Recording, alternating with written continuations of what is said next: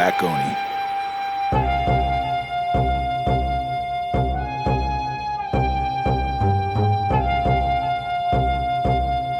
You're now listening to the Black Oni podcast.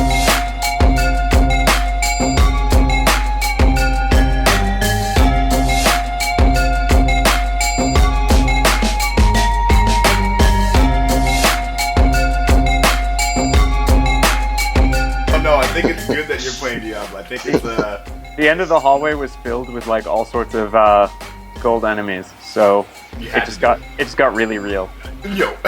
And I pause it, except that I want to upload the video when I finish, and if I pause, there's going to be like 45 minutes plus of the video that I need to edit out. Well, I think it only if you do like a reverse thing, it only does the last 15 minutes. So. Ooh, that's a nice thing I just figured out. I minimize the Skype window, and every time somebody talks, it puts their picture active on the actual little window. That's clever. I like that. Yeah, it's really cool. I like it too. Did They drop so many blood shards, I can't pick them up. My blood shard inventory is full. I feel like you should be able to have as many blood shards as you want. Well, I can just go spend them at the lady really quick once I can get back to town. And then go back.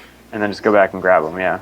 Like, I just want to finish off these enemies, and then I'll pause, and I will gladly hop on with you guys, because I can do the rest of that later. Nice. Hey, Will, I got some more news for the podcast. Apparently, Mandy Moore is getting divorced. Sad face. Mandy Moore? Oh, yeah.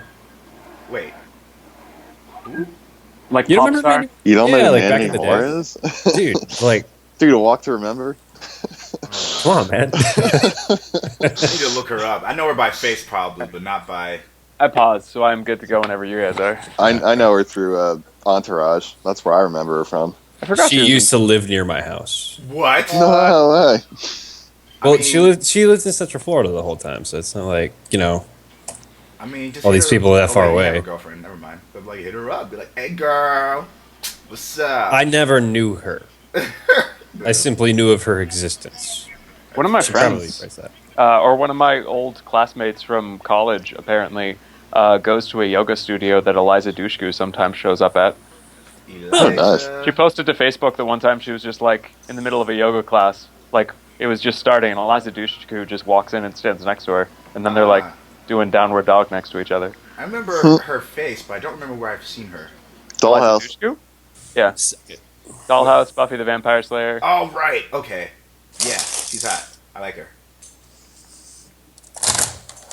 She's not the best actress, but you know. Yeah, she's Who alright. is she on the show? I'm not the best actress either, so whatever. Which show? Buffy the Vampire Slayer? She said you said she She's was. Faith, I don't remember. the other Slayer from season 3. I just Google everything now because I don't remember anything anymore. So lazy. It's become a crush for our society. I'm sure. I think that's Kev, is your video not working or? I can see you guys. Can you not see me? Nah. Did you hit the little camera button? I did before. Hmm. Hang on. I mean, either way, we can start it. You don't. Oh, There we wait, go. I think, There it is. Yeah. I don't know There why it is. went away. That was weird. Now we're good. Yeah, right. And with that being said, welcome everyone to another exciting episode of the Black Oni podcast. This is episode 36, right? That's what it says on the thing. It's getting old. No, 38. Sorry. Wow, I can't count. You don't even remember your own birthday. I don't. I hope I look this good when I'm 38. Yeah, right. I have with me three awesome people. One of them you can't see, but you'll see probably a picture of, or something else. Other than that, I have with me today the 1KK. What's happening? Well, are we going with the new alias for you, Sam? Might as well. MegaSamX, or is How's it going? It's X, right? Yes. MegaSamX. Yeah. Yes. Mega Sam was taken. Some kid. I'm sure he needs it desperately, but And Soil, aka SOILakaSOAD. What's up? Yeah, and of course I'm JBlaze06. And there's a lot of things going on in gaming news lately. I don't want to flood you guys with too much stuff all at once, but we'll get through the pertinent stuff. Pertinent. So we'll start things off by, first of all, before we get into anything, I know I have to get used to saying this now. MegaSamX He Yeah, just started a saying. Twitch channel. Mm-hmm.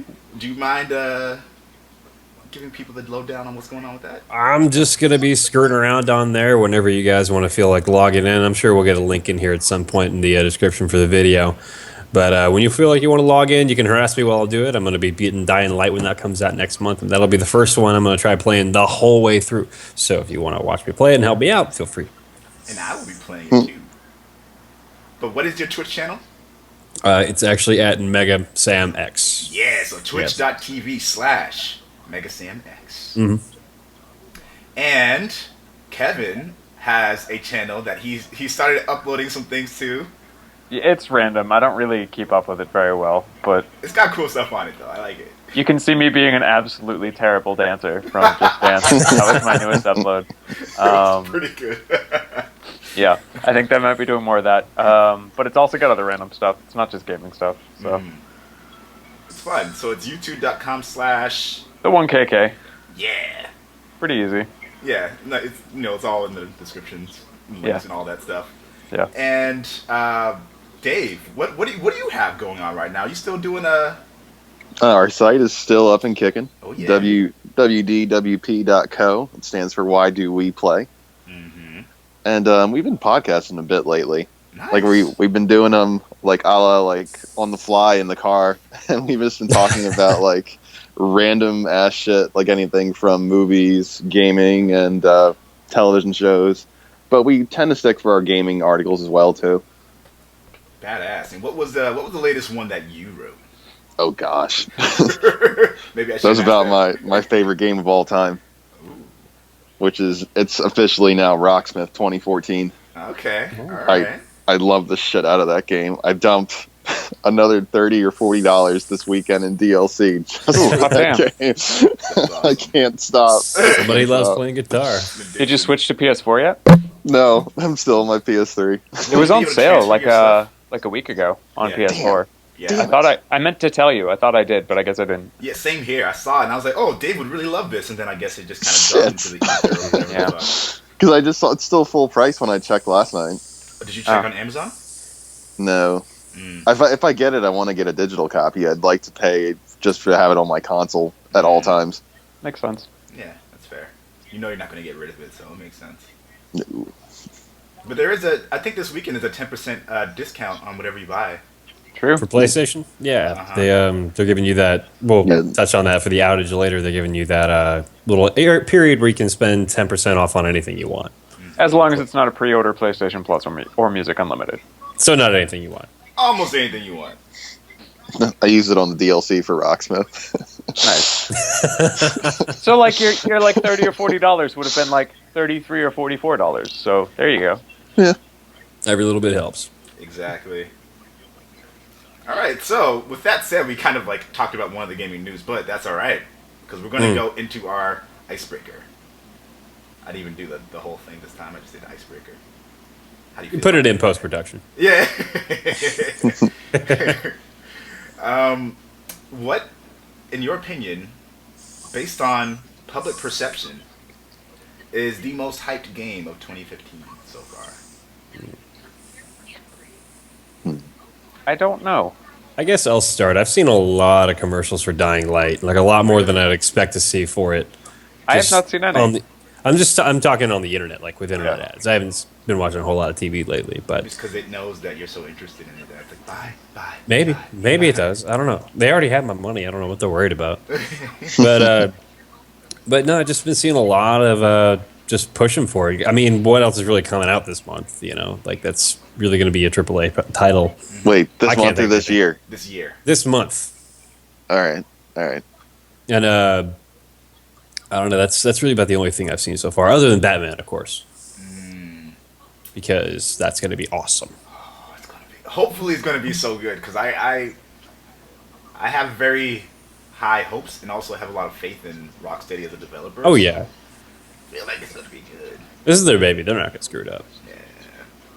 What do you think they're going to do after Batman? Sit on all their money. Build a life-size Batman out of dollar bills. That's awesome. He'll throw Ben Franklin harangues. I feel like the most hyped game of 2015 so far is Evolve. Okay, I can agree with that. Yeah, I think from all the hype from last year, because it was supposed to come out last year, and you know all the media coverage and like everyone, like I remember being at PAX and like asking people like what their favorite things about PAX were, the biggest things that they saw. And, like so many people said it was either the Oculus Rift or Evolve, and I feel like that has just like so much hype. It's not going to be able to live up to the hype that the expectations that people will have for it. Yeah.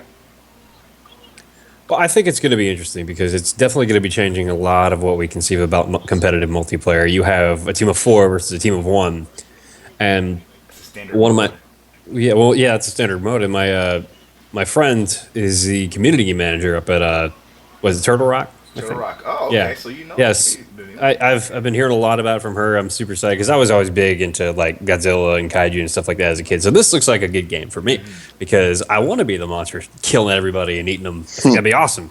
It's hard. There hasn't really been a game for that yet, and I think in this world where we've been so fixated on this, the multiplayer needs to be like a team of 6 versus 6. It's like there are 3 versus 3. It's always been that. I'm excited to see something different. That's fair. I think we need that. I think so too. Because, I mean, I know I'm not going to be getting Battlefield Hardline. I don't want it. It's like I keep forgetting that's coming out. I keep trying to forget it's coming out. Yeah, I think they keep forgetting too. It just keeps disappearing, like for months at a time. Yeah, I got another email about another beta, and they're like, "Oh, hey, we're doing another beta, so you should play it, please. Please play it." That make it a gamma? I guess because I can't have Gamma it is. Gamma. We're gonna go with Gamma. It's bad when they get to an omega. It's it. That's it. There's game over. That's all we got. But yeah, like when they unveiled it last year, they like, "Oh, hey, guess what? You get to play it today on for the beta," and then nobody liked it, and they were like, Fuck. "Shit." Yeah. So now they had to redo everything, make the modes more interesting, and A story, hopefully, an actual story. well, that might be something worth playing. Yeah. The story, Yeah. that'd be cool. But as far as you take what Battlefield normally is, which is tanks, helicopters, insanity, and then you water it down by giving it just for civilian law enforcement weapons and stuff like that, you're like, That's not the option, but if that's the only thing that's in the game, I think it's an interesting idea, and it's like a good counter to Call of Duty because it gives them something different. And if they do it well, then it's better than Battlefield 4. as long as there's no issues with it right out the gate, like Battlefield 4 gave, I think it'll actually do okay. Yeah. But as for me, it doesn't really grab my interest so far. Okay. I mean, whereas Evolve is like, oh, hey, you get to be this monster, and you have to kill four people randomly, and they have to try to beat you, even though you're this gigantic thing that progressively gets stronger and stronger and stronger. Yeah. I mean, the games that I did play of it during the beta for Evolve, I actually genuinely enjoyed it. I was, creeping around as a giant monster. I was enjoying the cat and mouse at the beginning round where you have to start as a tiny little monster. Well, not super tiny. I mean, you're about the size of a van, so.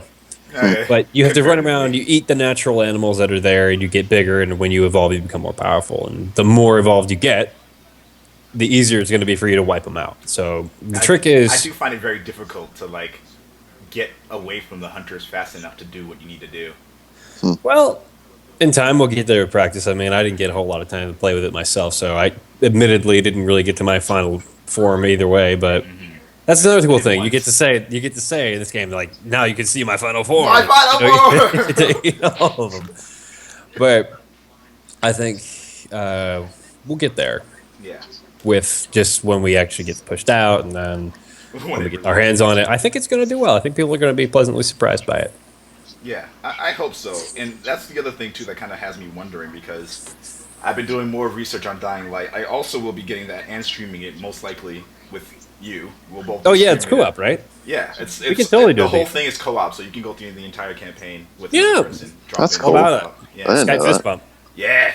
Do it. Yeah. And then you broke your computers. Oh fuck! Ugh! Oh shit! It's fine. It's fine. But it also has like the Become the Zombie mode, like built, like it was gonna be exclusive DLC for people who pre-ordered it, but now Which is weird. Yeah, right. Like we'll talk about that. Ooh, I hate that. But now it's gonna be available to everyone. You know, anyone who will have the game will have access to Be the Zombie mode, which is kind of like Evolve's 4 versus 1 versus 4 dynamic.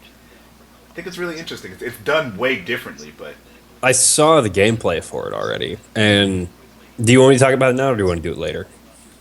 we'll talk about it later because we just have to get to what else these guys think the most hyped 2015 game is. Okay. I think Uncharted 4 has been making a really big push. It's got a lot of cover stories right now. It's got a lot of advertising space out. And I think it needs it because it kind of went dark for a while, and like everybody at Naughty Dog quit. So that's true. The new team needs to make a push for it. And I hope it's good. Okay. I don't see it being bad, but I hope it's good. I hope it's really good. Yeah. I think it'll be like good either way, but I'm hoping it's like because like what they showed looked really fucking cool. I also like that they're saying it might be the last one. Yeah, Thief's End. Yeah. Which would be nice. I mean, we've come a long way. I hope it's as good as 2 was. Yeah. That's just like the one thing I don't want to see happen. Like, you know, with Assassin's Creed, it's getting sequeled to death. Yeah. And I think, the normal, like, a trilogy is good, but if you want to throw one more on there for, like, posterity's sake, that's awesome. And I think what they've been talking about, too, sort of the way that it goes into, like, Drake's psychology. Like, this one's all about, like, he's getting dragged back into treasure hunting by his brother, and, like, sort of the... like, what makes a person do this? Can he actually settle down and live a normal life? I think that would be a very cool place to end it.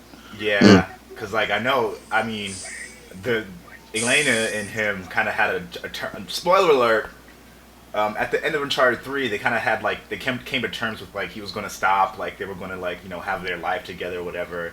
You know, their whole thing is, like, they broke up because he was so obsessed with continuing on with this treasure hunting, you know, so... I'm really interested to see what happens with their relationship as a result of him going back into this. Yep. So that's a good answer. I think there has been a lot of media coverage on it lately, and I also think it does need it because as many PS4s as Sony has been selling already, like everyone who has a PS4 should want this game. And that's what we want from this, you know. So it's gonna be a rich cinematics experience. I think it's gonna be good. We forgot to talk about the order. Well, we haven't gotten Dave's answer yet. I'm just surprised no one said it. Like when your question was most hyped game of the year, I was like, well, even if I don't get it, I mean, I probably will. Everyone's talking about it. It's No Man's Sky. Yeah. Oh yeah. See, I don't think that's that hyped though. Like everyone was talking about. I mean, right now they're not, but it was at the end of last year. Like everyone was like, you got to see this game. You got to see this game, and you have to see this like procedurally generated thing, and everyone's asking the same questions. Like, well, what do you do besides just find stuff? Yeah, find stuff, and, kill stuff. Can you actually kill stuff in No Man's? Yeah, yeah. I think there was a video of having like a little laser pistol or something. Oh, okay. You can also attack space stations. That's cool. There's a lot we haven't seen yet. I mean, I was reading one of the developer diaries for it, and they said the size of the procedurally generated universe is absurd to where it would actually be nearly impossible for you to get from one end of your universe to the other. Yep. They said that like you'll see where your friends are, but the chances of you ever actually running into them is slim to nothing. I mean, is there actual co-op mechanics built into the game? No. You can see where your friends are, but you probably will never actually interact with them. You get an overlay view of the universe, and you can see this little tiny star where you are, and like it'll be here, and then the distance to right here would be just 50 years worth or so of in-game travel. And you'll never really know like if the people you're seeing are NPCs or other players. Interesting. Like, you know how hard it was to get from one place to another in Wind Waker? Yeah. Picture that, but then make it infinitely worse. That sounds so wonderful. And put a singularity in the middle that you just several. You can't really get by. So several of them, probably. Well, like the universe center singularity, like the big one. Yeah, I'm excited for that though, because that means you get this opportunity to explore in a game, and a lot of people will tell you in games like Skyrim or those other sort of these massive open world games, that's one of their favorite parts of it, exploring, see what's there. In this one, you get the opportunity to go anywhere you want, see something that no one else will ever see, and It'd be good for streaming too. yeah, I get to be the first one there because you could. It's very unlikely that one person streaming could get to the same person the other was streaming. Right. Yep. Interesting. It's also cool, like, think Skyrim, but, like, no quest markers. Like, That's pick a daunting. direction, fly in it. Like, it looks Very like there's a planet with some stuff over there. Go check it out. That's crazy. The seamless transition from spaceflight to being in atmosphere and on the planet was gorgeous Yeah, when I that saw was really that for the demo. That's one of the coolest things I think I've ever seen in a game. I'm really kind of concerned about like if there's actually anything to do or like if there's actual content on these places that you visit because like I know most of it's procedurally generated, but like to what extent like does each planet have like one little thing you can do on it or like maybe a few little things you can do on it? Or? They said that each system has one space station with unique goods, ships, and unique other NPCs that go into and out of it that you can buy their ships and stuff. The planets have various wildlife. Some of them have ancient machines that like patrol. So if you kill wildlife, the machines will try and kill you. They also have like random enemies that you can fight. Okay. Yeah. All right. It's going to be a great game if you just want to kick back, relax. You can kill anywhere from 10 minutes to 5 hours with this thing and be just as satisfied. I think And that's enticing. That's I very mean, enticing. I'd say there's probably barren planets, no doubt. But there's also probably at least one planet a system that's worth visiting. Right. I wonder if you can land on a planet and claim it as your own. I don't think so. Like stick a flag in it. Like this was mine. My Kool-Aid. Exactly. It would be called Planet Kool-Aid. Oh yeah. Exactly. Yeah, except That'd be on the flag. Somebody's going to keep like pushing their ship through it.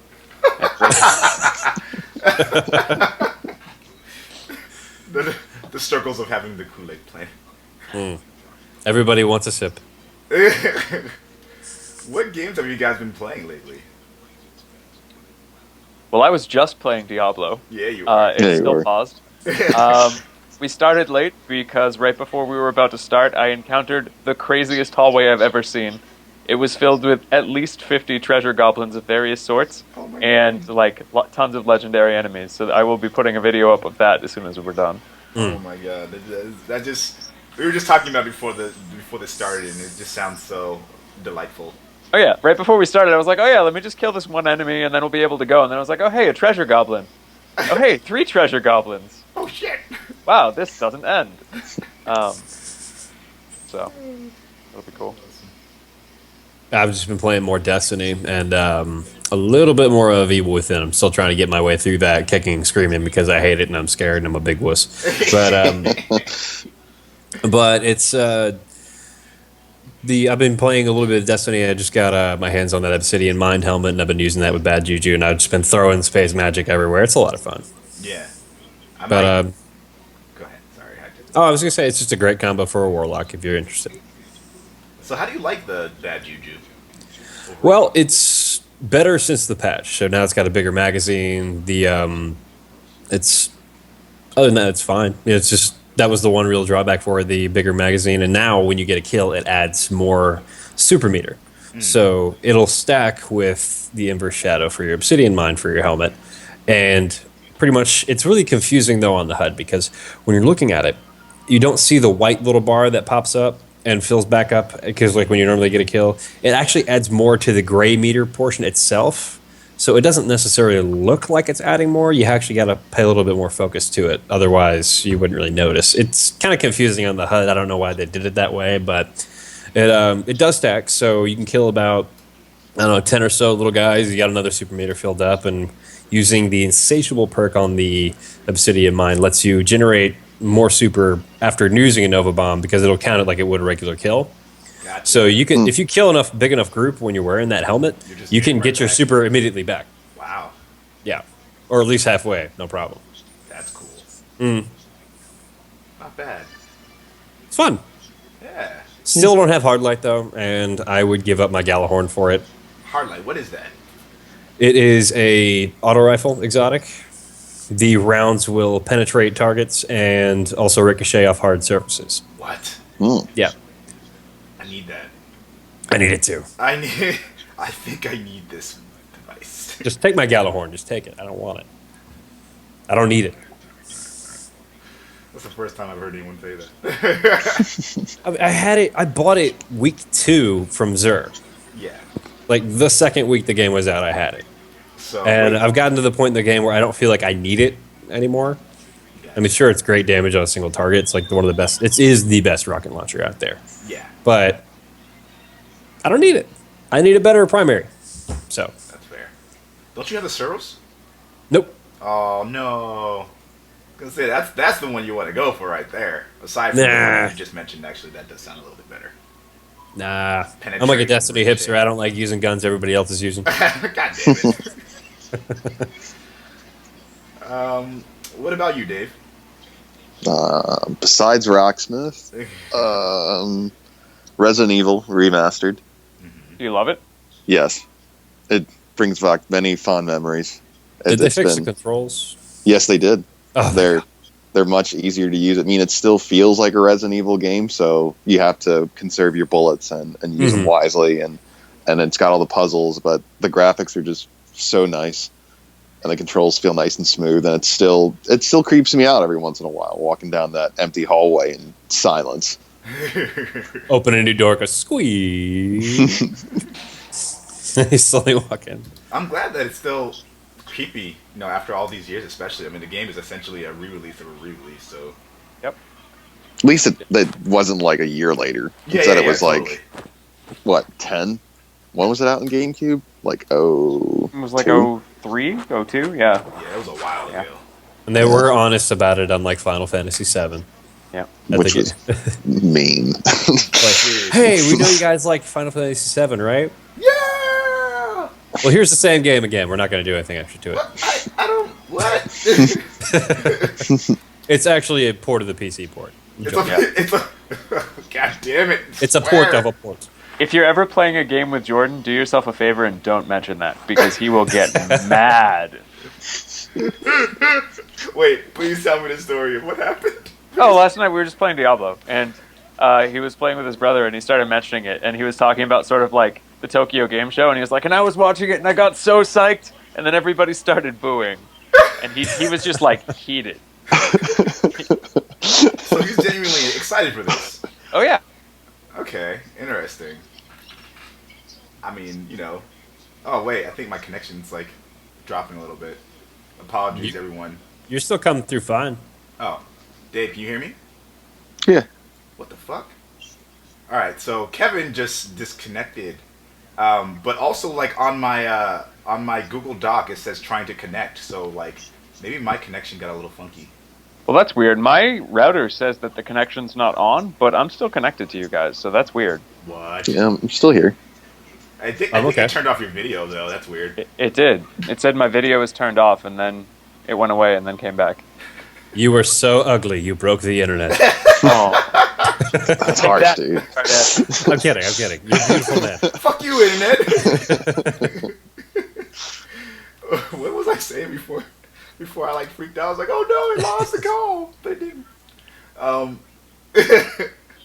was gonna say actually that it's really like I'm like going through and adding the rest of these other games that are releasing or have released since the last podcast. I'm like, I totally forgot that like this coming Tuesday is when Dying Light comes out. Like I kept thinking for some reason it was still. Oh wait, like, that's Tuesday. out.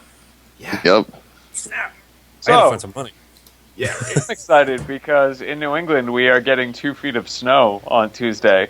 Oh, And gosh, dear Lord. Also, Grim Fandango comes out at midnight and will be on my PlayStation. Nice. Assuming I don't lose power, I have no reason to leave my house for a day, and I can play it. I am excited about this. Well, there I was about to picture you in a trench coat and a scarf, just forging through the snow in a headlong wind, trying to get to GameStop so you get your hands on Dying Light. Well, And then you ruined it because you said you're not going anywhere. Yeah. I pre-ordered it on Amazon, but knowing that we're going to get that much snow on Tuesday, that means I have to go to GameStop and like get it before the snow gets really bad. Yeah. Which means Mail service won't deliver it through snow? Isn't that part of the thing on their mantra? I don't know. Yeah, they Rain tend nor to, sleet nor snow. I they think tend to ignore that. Ah.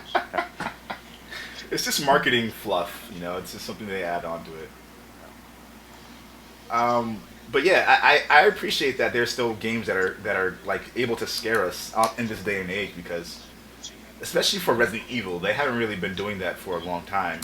And so it's funny that like one of their old games, They're getting almost as bad as the movie. Yeah. They really are, and I don't know why they're doing that. Because they can. Capcom makes no sense to me as a developer anymore. No, Capcom, they why really you don't make no sense? they make the You'll make a strangest Mega Man decisions. game. Make me a Mega Man game. God damn it! It's perfect timing because you just got this new screen name, you know, Mega. I know, and the thing is, like, they had like 2 Mega Man games that were done pretty much and that were ready, and then they're just like, no, I don't want to. Did you see that? I need to add this to the agenda. Did you see that footage a long time ago of that like first-person shooter Mega Man game? I did. Oh my god! It was So it was cool. a it looked like it was just a concept build. Yeah. And they were just using it for code. Yeah. I'm not sure I liked the artistic direction they were going with it, but that could have easily been changed because it was, again, just the proof of concept. They had him like as a more like third person behind the back action shooter kind of deal. And Well, it was first person, but then when you did certain things, it was third person. what's it? Oh, okay. It's been a while since I saw that video, but I remember distinctly how he would shoulder charge a guy, use a rapid fire buster on it. That was pretty cool. I like that idea. That was really cool. And I think one of the designers, one of the artists behind it, did the work on Transformers, and so that's why Mega Man looked so like He looked kind of like humanly proportioned versus kind of like the anime cartoon proportion, you know. Yeah, but I mean, it was an okay choice for the build. It was okay. I mean, it looked a little bit like what's that free to play game with the samurai in space and stuff on PlayStation 4? What is it? Warframe. Yeah, it was like Wow. Warframe and Transformers, and Perfect description. it looked like those two artists had a baby and they drew Mega Man in this weird looking like Tronish kind of thing. Yeah, it But was very Tronish. it was Looks like it's drawn by a baby. a very talented baby. Yes. God damn it. I'm gonna look this up so I can send it to you guys because it was so cool. Yeah, it was interesting, and I think that would have been a good way to redo the franchise, because when you look at it, they were going to go a similar route as Metroid Prime did, where let's take the established gameplay, but let's throw it all into a different viewpoint. Yep. I think that would have been cool, and one of the reasons Mega Man X was like my favorite as a kid, because it was so hard, but it was still action-packed and exciting at the time. Because like you don't go like 5 seconds in that game without shooting somebody, Right. and that was fun for me. I liked it. Right. I'm gonna put it into the message. I think though we are getting a little bit at the point where we love these older games, but we realize there's not a really good, entertaining way to bring them into a 3D world that won't get screwed up by the developer. I mean, people love Mega Man Legends. Like that was their way of doing that back in the 64 days, and they haven't touched it since then. Yeah, Capcom seemed to think otherwise, so they canceled a game when it was pretty much already done. We were going to get it. They're insane. They are insane. I think Capcom just like wants to do what people don't like. Like I think that's their goal. Maybe Their they're goal is just to like hipsters. get people excited about something and then just take it away. They are the cockatoos of gaming. There you go. Yeah, and I don't know, like Infune, he just up and left, and now he's doing Mighty Number 9. Oh, that That- actually should probably be that I the really most wanna play that. anticipated of 2015. Oh, I really want to play that. It looks so fun. Yeah. I'm down with that. About game. that. I mean, it's pretty much just like classic old Mega Man gameplay. You run, you jump, he's got a funky looking helmet and a buster. It's great. That's Yeah. what I want. What else do you And need? there's this interesting little damage mechanic to where you shoot a guy, it sort of sends them into a flux, and you're supposed to dash through them to kill them. Which I think is a good idea, because it's in the gameplay I've seen of it, it Challenging. keeps the pacing very nice. I think there we go. All right, so what have I been playing? Jeez, what have I been playing? I played a little bit of Call of Duty the other day. That was fun to jump back into. Been playing a lot of Guilty Gear Xrd. The more I play the game, the more I really enjoy it. I finished writing the review for it, so now I just have to, like, I guess, do the audio for the video review and put the video together played it up online, etc., etc. Guilty Gear. Xrd. um, I just started playing Warframe again, actually, and like they've added so much shit to that game, so much. Like I jumped in and couldn't even recognize it anymore. It was really cool though. Like the way you level up your skills now is all based on your character level, so it's no longer about like adding points to a mod that you put onto your character. Like all the characters automatically have their abilities. You just have to unlock them through progression. Oh, that's like awesome. That was RPG. Yeah. That was actually the reason I stopped playing it. Yeah, because that when you think about it, it makes no sense to like limit the abilities that you have to those cards. You know, you can have all their abilities, and like now you can augment them if you want to, or you can just leave them alone. But like, you know, my Rhino, for example, my Rhino Prime like has all of his abilities maxed because like I already went through the motions of doing that before. So like, if you've already done it before, all of your characters have all their abilities, and like they changed the button layout. So now your melee attacks are with circle instead of with R1. And leaving your finger on R1 lets you go into your abilities without having to use the trackpad. So you can like leave your finger on R1 and press square to use an ability, or R1 and circle. So they streamlined it so that you can do both ways if you want, or just do one of those. Like you can still use the trackpad if you want. Really cool. And like they added this Arcwing thing, which is essentially a fucking jetpack. Ooh. I haven't used it yet because it was building. Like I had to do a mission to get it, and so now it's been building since yesterday. I'm pretty sure it was done like at 10 yesterday, but I'm going to. Yeah. I'm going to try to get back into that. I think it's free to play still, right? Super free to play. Okay. Super free. Super free. You don't have to pay a dime on that. Like game. if you think about paying, they like hit you. Stop paying. Well, and that's always been my thing about these developers is that like I kind of want to pay them. Just because like they're continuing to make a really great product, and like they're not forcing or pushing you to buy anything. Like all the buying, like you can get cosmetic stuff, that's all voluntary. You can buy extra slots for stuff, that's all voluntary. You don't have to buy that stuff. Like if you want to have all these different types of weapons at your disposal, you buy slots. But like they even give you, I think like 150 platinum to do that if you really needed to. So I highly support this dev because they're really passionate about what they do, and you can tell that like they love what they do. That's going to be, I think, the major difference going forward with this console generation. It's not going to be so much the AAA developers. It's going to be the indie people and the smaller studios because they're making the games they want to make as opposed to the games that the publisher thinks they should make. Yep. Like EGM. EGM? Yeah, had an article sort of for their Game of the Year. They have like the statistics thing on the back, and they show how many of them are indie developers versus big studios, and it was a really big percentage this year that was indie. Wow. That won awards. That's awesome. Yeah. As much as I love my AAA games, I've found myself really drawn to the indie games and the smaller games because there's so many you can get at such a lower price, and they have so much care put into certain things. It's like, I remember when games used to come out, they used to have so many attention to detail things and so many little intricacies within their systems. And you also get new IPs, which is nice because AAA games, new IPs are rare. Yep. Yeah, especially when you look at AAA games now. A game that comes out now always has a day one patch, but back in the day, they would push a game back until they were sure that they could release it and it had everything they wanted in it. Yep. The whole idea, like even 6-7 years ago, DLC wasn't that huge yet. Yeah. I don't even think So- it was a thing in console. Yeah, like that really just started with the last generation. Like I remember playing Super Mario Galaxy, and that game was huge. It was awesome. It was done. And now we get games that are coming out, and the frame rate's like 15 frames per second, and you can still walk through buildings and stuff. And it's like you're ruining the experience for me.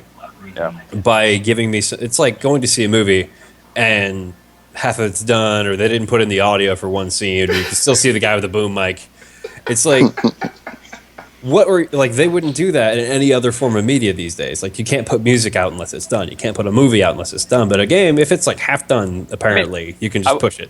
I would like to buy a book and have it come with a baggie full of other pages that they're like, just paste these over pages Exactly. 94 and 30 and 36. Yeah, and there would be a piece of note that says, take page 17 out. It's bad. Put this page in there instead. Yeah. And you have to go buy that page. Yeah. Well, it Or still wait makes 3 me. weeks until after the book came out. to God get damn that. it, publishers. It makes me think of though, like other games. Some studios, like Witcher, like they'll push it back 2, 3, 4 times if they need to get it right. Yeah. And they throw all the content in there too. They don't do any of that extra. Hey, buy this too with the game. It comes with this if you reserve the game. No, all of it's there for you on release day, and hopefully, because they delayed it 2 or 3 times in working order. But they've done it each time so far. They're an exception. I think they're kind of like an indie developer, at least in essence. Makes you wonder about Last Guardian. Gosh. Every year. It's back. Like, we're probably not going to do it. Oh, hey, we're back. We're doing it. It's great. And it's... Still a development. I'm very tense about that because there's like almost an aura of what this game should be out there, and it's worrisome because when the game finally comes out, it's going to be maybe not what a lot of people are expecting. Yeah, I mean they've been so silent about it for so long that it's like it's totally not going to be what people thought it was going to be. Like it's going to be something way different now. Part of me hopes that they're being silent about it just because they don't care what we think, and they want to make the game right. Yeah. Anyway, we got a bunch of games that have released since the last podcast. I'll just kind of go through I'll just name them all, and then we can talk about any of them that come. Actually, I do want to talk about a few of these, definitely. But Duke Nukem 3D for Vita, Megaton Edition. And for PS3. Oh, it's for PS3 as well? Yep. Interesting. Warhammer Quest, Chariot, Funk of Titan, which I saw screenshots of and saw... Did you say Funk? Funk of Titan. Okay. Why haven't I heard about that game? That's probably going to be amazing. I'm going to look that up right now. It's actually, the link is in the description. I'm pretty sure you're making these up. I'm just saying that. Funk of Titans. Yeah, there's a link in the agenda that'll take you right to it. I'll pull up the video right now. Assassin's Creed Unity Dead Kings DLC, Atelier Ayesha plus The Alchemist of Dust. Hey, that rhymes. Evolve Open Beta for Xbox only, which is kind of weird. Perseus has an afro. Of course he does. Funk of Titans. Keep talking. I'm going to keep watching this. Yes, please do. Blackguards 2, which is, I guess, the sequel to White Guards 1. Citizens of Earth. Which I almost bought. Really? What is that all about? It looks neat. It's by Atlas. It's an RPG where you play the vice president and you go around and like recruit people to your cause. It has like over 50 party members that you can recruit and switch out. Wow. It's like a satire of old school RPGs. The reviews are really good. Well, not really good. The reviews are pretty good. That's so funny. Yeah. That's an interesting idea, though. I like that. It's going to be a game that's going to take at least like 30 hours to beat, and I just can't do that right now. Gunman Clive 2, I guess. How are there sequels? I know, right? I didn't even hear the first one. Ironclad Tactics, Planetside 2 beta for PC, which after all this blast I'm going to talk about. Oh, we should talk about, I should say. Resident Evil Remastered, which we should talk about. Saints Row 5 Re-elected Gat Out of Hell expansion. And Grey Goo, which I heard a little bit about, but don't know too much for it. So, the one thing I wanted to touch on before I kind of open the floodgates for you guys is Planetside 2. This game has been in production for is Planetside 2 beta, is that for PS4? Because the Planetside 2 has already been out on PC. It's for PS4, yeah. Correct. As I understand it, I was looking into it because I saw a trailer for it.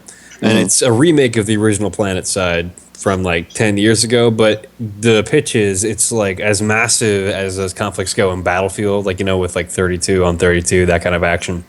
It's sort of like that, but in space. Yeah. With a more futuristic kind of setup. And to me, that has me interested because I like that insane intensity of multiple players duking it out with, you know, like tanks, guns, choppers, that kind of stuff. But now you add in a little bit of sci-fi, which I love. I'm all about that. And it's free to play. I didn't know that either, and Yeah. now I'm super happy. Yep.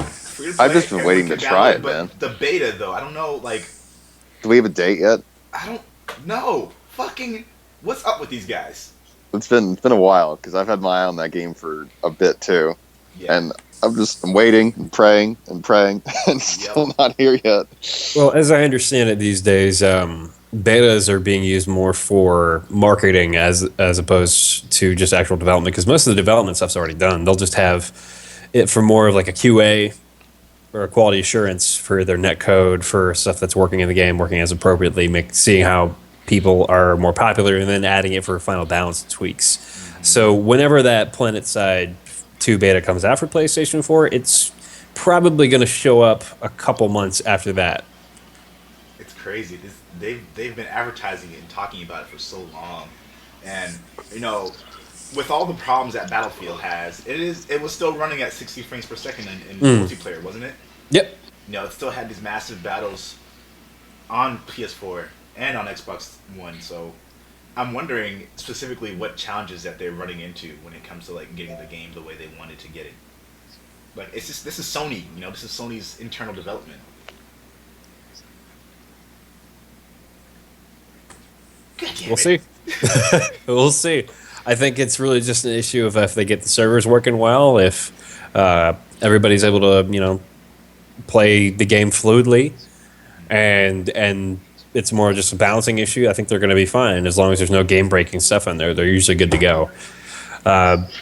What's going to make the game is that there needs to be enough people playing it, and as long as you have that, it should be fine. And when you throw out a beta out there for free a couple months in advance, I think that's going to generate enough interest for those who actually like it, and then they'll be able to, like us, go tell their friends about it.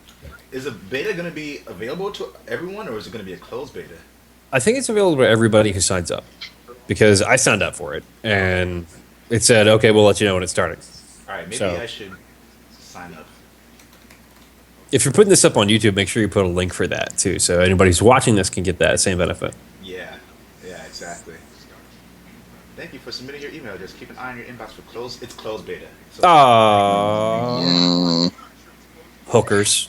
I mean, that makes sense. If you're trying to see how things go, it probably helps to limit the people on the servers, like, at least at first. Well, if it's already on PC, though, I guess that, That's true. then I guess most of that other stuff for balancing and stuff like that's probably already done. Yeah. And it's really more a matter of making sure it works on PlayStation. Yeah. Which apparently these new consoles are a pain in the butt to code for. Yeah, apparently. I mean, if they're having issues with it, I feel like there'll be more people who have issues with it as well. I'm gonna put a link to the Maverick Hunter canceled Capcom game. Fucking Capcom. Anyway, are there other games in that list that you guys wanted to talk about a little bit? I know we talked about the Resident Evil Remastered. Well, you know, they got one of the bigger ones on there, Saints Row 4, coming to next-gen systems. I think it was... Is it already on next-gen system, or is this the... I think No, it's, I think it's next gen. I saw that I think it's Okay. supposed to have been released the PlayStation. Well, Store. It's... Okay, It's so like this is Saints like... Row- the disc. January 20th. Yeah. So this is just the disc with all the DLC for next-gen. Yeah. Yeah. Okay. Yeah. Sounds good. It'd be a fun alternative for Grand Theft Auto 5. Yeah, I mean, I like Saints Row. I played Saints Row the Third a lot. I did too. And the second one. I played the second one a bunch. How was the second one? I only played it a little. Not as crazy as the third one. Yeah, the third one's kind of like over the The second top. one was more of like a direct Grand Theft Auto ripoff with a little bit more humor. Yeah. I just remember playing the first Saints Row, and I was like, okay, I'm having fun walking around the hood. And now we're in space. Because why not? It's such a ridiculous escalation. It goes from running the street to running the town to running the country. Yeah, exactly. Exactly. I like it. We're going to move on to the gaming news. We literally just talked about Planetside 2, so I guess that's technically in the gaming news. And we talked about the canceled Capcom game, Maverick Hunter, which I still want to see. It looks really interesting to me. Tell them to put it on Kickstarter. Yeah, that's a good idea. That's a good idea. Kickstarter That's how indie- Mighty Number 9 got made. I mean, that was a different thing though. I mean, can Capcom use Kickstarter? No, but I mean, as somebody who, if you're listening and you worked on that, just put it over there. Put a different coat of paint on it. Call it a different game. We'll play it. We know what's up. It's We true. know what's up. It is very true. Microsoft unveils Windows 10 complete with tools for gamers on PC and Xbox platform, along with augmented reality. They look cool. Yeah, I'm very impressed. I like that they're going with that because I remember one of the pitches they were trying to do for the Xbox One is that they wanted to replace your DVR and they wanted it to also be something that seamlessly connects with all your other media. And now that with this new platform, you can go from your Windows Phone to your PC to your Xbox and just have them all interconnected in a seamless fashion. That's really be really nice. Yeah. With their augmented reality, I think I saw something about how they're using it in NASA already, What? so that the Yeah, to scientists can explore actually. stuff on Mars, I believe. Yeah, they're using it to do research and stuff on Mars using the rover's cameras and stuff like that for projection. Zach told me about that. Yeah. And that's awesome. That's a wonderful leap of technology. I think that's going to take things a lot farther. As far as how it goes in a home, I think the idea of having Minecraft on my table when I'm eating breakfast is probably going to be fun. So I can just pretty much have a virtual set of Legos. But I wonder if I have to tap it a lot to mine resources. I wonder if that's going to get monotonous or not. I wonder how that's gonna work. Who knows? We'll see. Like, I feel like you have to have like sensors around there that'll detect that, you know. So, what does that kind of setup actually look like? I think it's smart on their part because this could eventually be something they extend to the Xbox One as a counter for Oculus Rift and Morpheus. Because you take... Okay, somebody has to have this big goofy thing on their head, right? Use it with the Kinect, for example. Yeah, we all admit it's kind of goofy looking when somebody's watching you use it, but you're having a great time in there.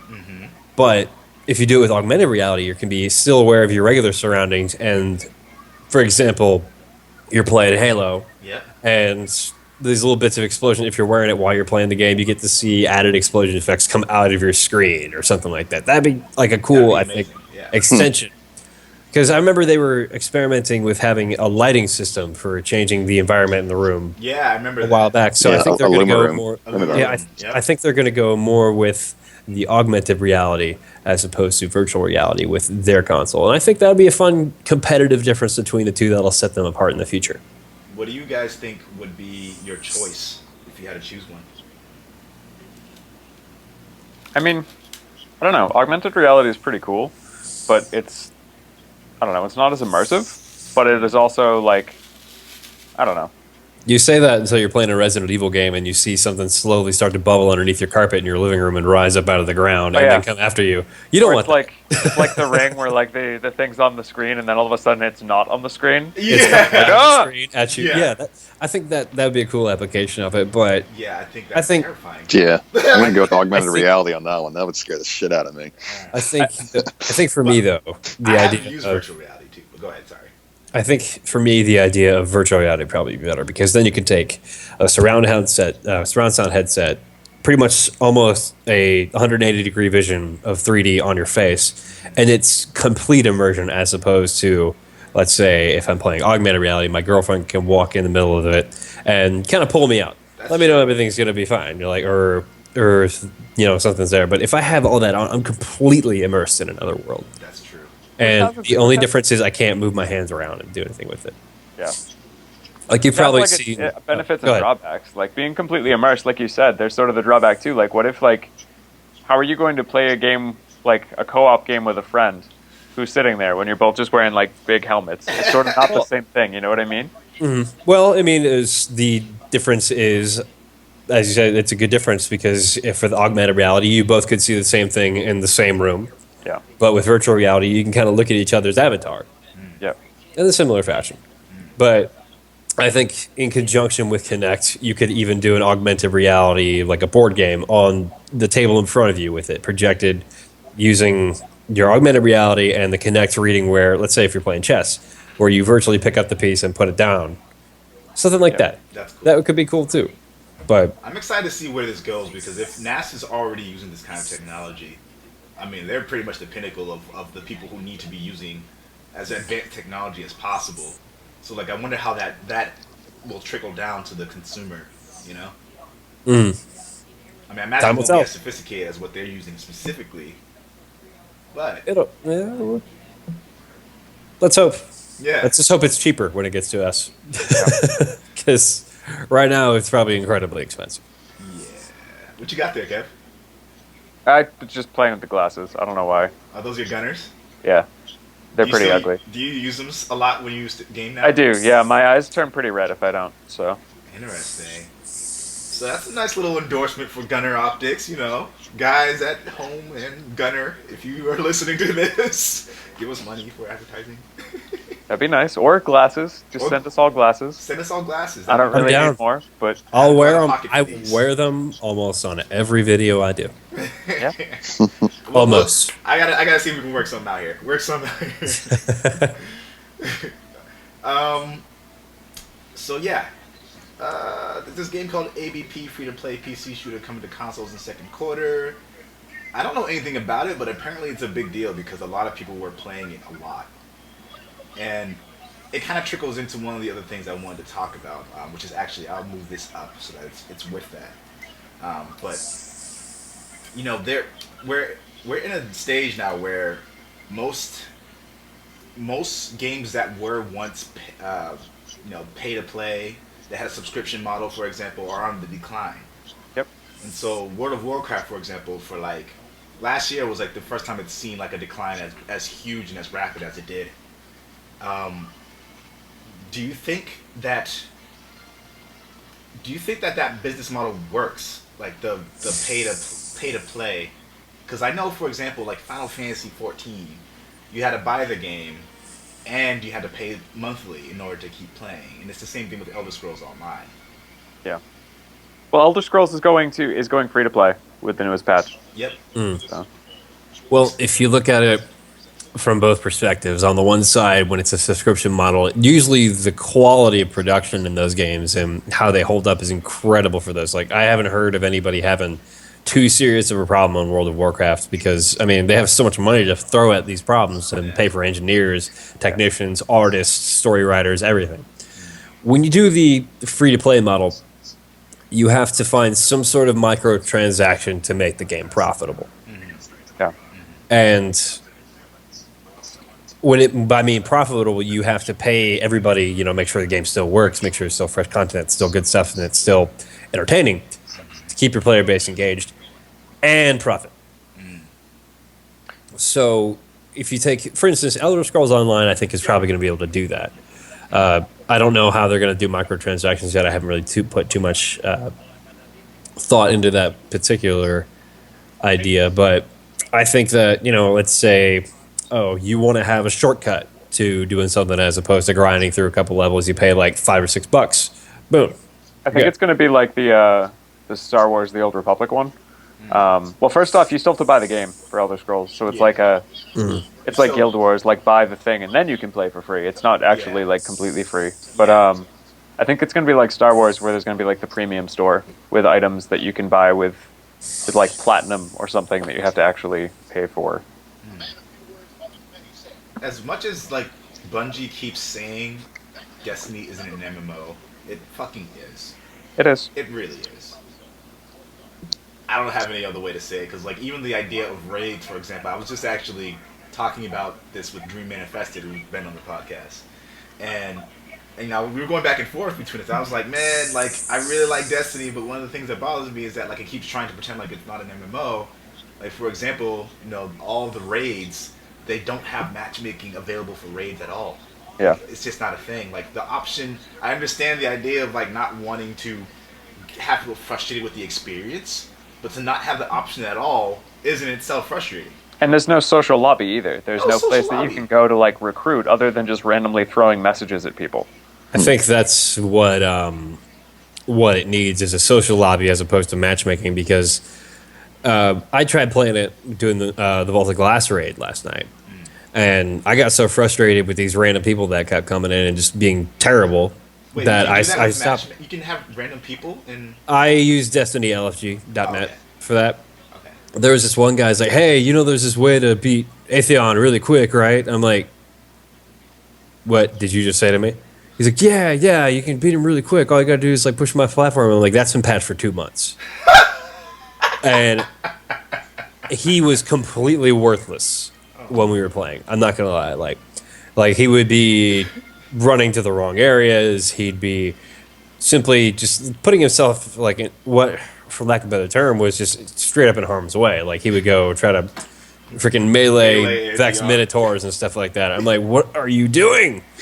And I had enough, so I just up and left. I stopped after about like an hour and a half trying to beat the Gatekeeper. I didn't even finish it. Oh my god. And I was just, because we could not get these random people to be cohesive. Yeah. So when you want to do it with a social area, like let's say you take that bar area in the tower underneath a future war cult vendor, and you want to have a thing in there, like, okay, you can walk in there, you can handpick people, you can chat them up really quick, talk to them like, hey, have you done it before? Do you know what you're doing? That'd be cool. Blah, blah, blah. And they'd be like, oh, yeah, okay, cool. And then you can, point at that guy. You can point at that guy. Like, like you're picking for a dodgeball team. Like, I want you, I want you, I want you. And the point emote's already in there. And then they get up, walk over to the other side of the room, you teleport out, you start your raid. Or if you're less experienced, like, you can be upfront about it and be like, I haven't done this before, so I'm going to need some help. Yeah. Rather than just jumping in someone's game. Yeah, and there can be these little areas where, like, they can go, and people who've done the raid before, who have, plenty of time that day, who would be more than willing, because there's plenty of nice people I played with on Destiny. Yeah. Like, that's one thing I've noticed. Like, everybody that I've, more often, like, 90% of the people that I've done with Destiny LFG have been positive, have want to get through it quickly, want to work together. So give us that area in the game, and we could easily make it a cohesive thing on our own. All you have to do is just let us talk to people in the tower, and we're good to go. Yeah. It can be a socially acceptable area, like go meet in the bar if you want to raid, or go dance at the opening area if you want to raid, that kind of stuff. Can you guys hear me better now? We can heard you fine before. Okay. Yeah, I heard you fine before. Yeah. Mm-hmm. Just making sure, because I was like looking at my input to make sure like I wasn't. Oh my god. Is it picking up the audio from my... I was hearing something, like a TV or something, What the for a while fuck? when it was up there. I don't know if it was from you or from someone else. But I can still hear the TV. I'm in the kitchen. There's no TV on behind me, so I don't know what. I can still hear the TV. I'm like making sure that it's like the input is my micro. Oh wait. Oh my god! It's been picking up this the entire time. That's not. Son of a bitch. Whatever. Good enough. It's fine. But yeah. I don't know. It's interesting. That really just threw me way off, because like I'm looking at my input thing. I have like this recording software, and it's like, hey, you have your input going through this thing instead of the thing that you thought it was going through. Well, there was more Destiny news last night that popped up. Luke Sims, he chimed in, I think, on NeoJaff, and he said that, and like quoting him on this, was that they made a bunch of mistakes with the Dark Below upgrade system, and that they're going to completely change it. Like, more than like, it's not official, but he touched on things like having to reset your stats to get the next level for your exotic upgrade. They're going to try to do away with that. They're going to get rid of the shard. They're going to see how they can eliminate the shard barrier, keeping you from using newer gear, because you have Ascendant shards, now Radiant shards. And I know with me personally, that took up a lot of space in my vault. Yeah. Having to get new items and economies in there, and they're trying to streamline it a bit. Yeah. That's so, insane. His quote on here is, our philosophy about rewards and loot continue to evolve as we see how players play and react. So they want to see if they can make it, like they touched on how the vendor gear pretty much invalidated Vault of Glass gear. Gotcha. Completely. Like the guns, there's not really a good reason to run Vault of Glass right now except for that exotic chance and getting shards, because all the guns you can buy, all the gear you can do are at better levels than you could get from Vault of Glass entirely, and they're going to see about changing that in the future. So there is hope on that end. Interesting. So you'll still be able to get viable stuff through Vault of Glass? Is that essentially what it's trying to do? Well, they're going to, I think from what, if we can extract, because they didn't say specifically they're going to change anything in Vault of Glass, but it can be assumed that maybe they'll be trying to change that in the future. So we might get a level 32 Vault of Glass raid that'll have, all that kind of stuff. Maybe. But that's from my idea. That's not from what he said. He didn't really touch on it. Again, it's not really an official announcement yet. But since he put that up there, and the internet kind of grabbed it, I'm pretty sure Deej, their community manager, is going to touch on it in that next update on Thursday on their website. So we'll hear more about that pretty soon. Okay, that's interesting. Huh. So PlayStation is offering a 10% discount due to inconvenience from DDoS attack. It's up on the homepage of the store. I was just there. Yep. So people online, by the time this goes up, the sale might be gone. But if it isn't, make sure you are looking at that and you are taking advantage of that 10% discount. It's only on games that are currently out, so no pre-orders. Which is kind of cruddy. Yeah, kind of sucks, but you know, it could be worse. Well, can we digitally download Dying Light? Yes. So since that comes out the 27th and the actual thing goes, that's when it ends on the 27th? It ends before Tuesday. So it ends on like the 26th. You bastards. Yeah, it sucks. That shit on purpose. Yeah. They did it so it's ultimately like, we're sorry, but also, like, if you want to use this, you have to buy a game. So we're going to make money off of being sorry. Yeah, exactly. It's kind of weird. And 10% off is not that much. Yeah, for a $60 game, that's like, what, maybe $5? $6. $6? Okay, $6. 10%. Yeah, 10%. Yeah, $6. Sorry. Well, you know, considering I'm looking at it from their perspective, it's not entirely their fault this time that this happened. That's true. Because those assholes, Lizard Squad, went and screwed that. I think one of them got arrested. I think 2 of them got arrested now. Good, because they ruined Christmas. They ruined Christmas. There should be like a special crime for doing things on Christmas that affect other people, I think. But I had issue with it when I looked at it because they said they were doing it to try to get them to notice the gaps in their security when all they could have really done was just call up, Sony and Microsoft, be like, hey, here's your backdoor into your system. Or I understand that you want to like bring down the system to show how bad their system is, so do it once, let it come back up. Yeah. You've done accomplished Call them your up, goal. tell them, okay, hey, here's where you're vulnerable. And it's like, oh, we don't really believe you, blah blah blah. Okay, I click the button, and then it all goes downhill, and then they get to talk to their manager, and you see right here is where the problem is. The craziest thing about it is they could have gotten contract work to help them secure that if they could have gotten employment. They could have. I'd much rather be angry. I don't understand the logic in that, because you have such a gift to be able to influence like a whole network infrastructure from your home, and you're that smart, but you're not smart enough to realize that could have gotten you a better job. Right. I don't know. I mean, sometimes you're just not that smart, and you got to deal with it. That's where I was going with that is just that the 10% discount is really more of a sorry for the inconvenience, but it's not our fault. Yeah. Like if it was their fault, then this probably would be like a 20 or 30 or 40% discount. Yeah. But or just a free game. They've done yeah, that but they before. didn't. But they didn't do anything wrong. Yeah.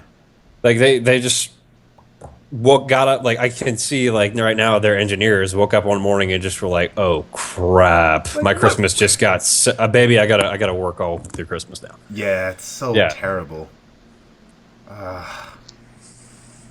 You saying that just like made me like, oh yeah, that is super true. That's so sad.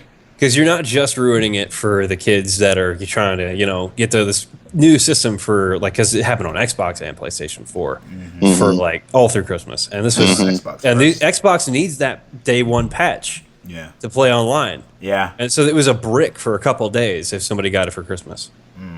So you not only ruined that little family's Christmas, but you made it to where those engineers now had a shit ton more stress. The network security guy probably got fired. All this other stuff. And we also mentioned before, like every game pretty much now has a day one patch too. So that means that I just didn't play any of the games I got until I could download that patch because you never know what's not going to work. Like for instance, not being able to save your game, like The Last of Us, until you downloaded that patch. Jeez, kind of a big deal. That's kind of important. Harkens back to the days of old Nintendo where you needed a password or you just got to beat it in 1 sitting. Battletoads, anyone? Oh God. By the way, that what was that Microsoft or exec who was wearing a Battletoads T-shirt at their conference? Anybody else see that? I mean, I did.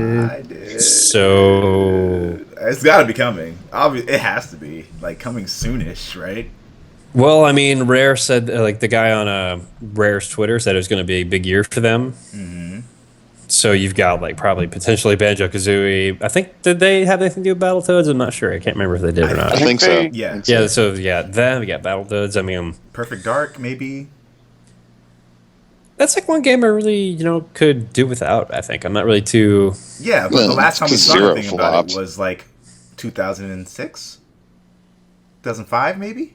Yeah, but do we really need another shooter? If they could pull it off in an interesting way, yeah. But I mean, Yeah, you but- don't Please. need it. The distinction now between shooter games is getting to be one or two mechanics, basically, and that's getting hard for me to swallow. That's fair. But I mean, you're excited about Dying Light and Evolve. yeah, Those are both and shooters. it's going to be a little different because they have these new multiplayer ideas where it's like one. Like I watched the multiplayer, for example, for being the zombie mode, and you have to where the people have to kill like or destroy 5 zombie like little infection nests or whatever. They were just like little corpses that were like having some kind of virus or something out of them. Yeah, yeah. But they have to take down 5 of those, and the way for the zombie to win is he have to just kill 10 of the players, and he can die as many times as he wants. So it's really about getting one objective done or the other. And when you're zipping around, because it looks like I don't know if you guys ever played Spider-Man, that little web zip mechanic where he can just quickly zip over from thing to thing.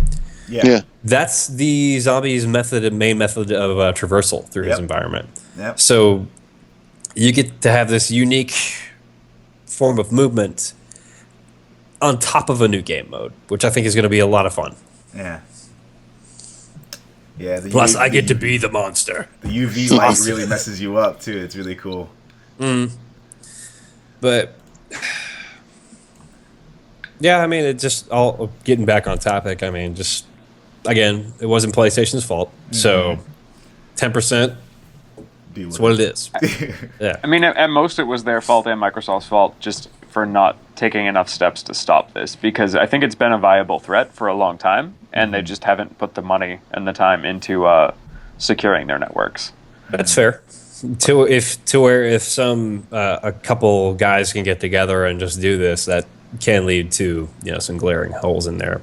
And I don't know if you guys ever saw that little image that was popping up on Twitter of Patrick from SpongeBob, and it said our engineers are working hard on the problem. And I he's saw got like a that. Yeah, I nail saw with a that. 2x4 in his face, and he's just hitting a hammer on his hand. I remember seeing that. I think you sent that image. Did I send it? Okay. think so. I wanted to make sure because It was either you if or you can Dave. if you can put that in somewhere, that'd be awesome. I'll get a link to it right now. Our engineers are working hard. SpongeBob. I swear, if this is the first thing that When comes you up. type, there's the weirdest echo. It Really? sounds like a thud. Like I can hear the resonance in the whole room. Yeah. it's because Be a of little the bit gentler to your keyboard, sir. It kind of sounds like really loud bass. bum, bum, bum, bum, bum. Yeah. Like you've Look, got he's all some about really, that bass on that All keyboard. about that for sure. bass. really About strange techno. that. Yeah, I can't see the image, so I'll look for it later. But yeah, it's because I have the Yeti microphone connected, and it's probably like super sensitive. So new Poken tournament footage emerges. This is kind of cool. Saw that. Maximillian put that up on his YouTube the other day. Love Maxamillian. Hey, he's a funny guy. I like watching him play fighting games. Yeah, yeah.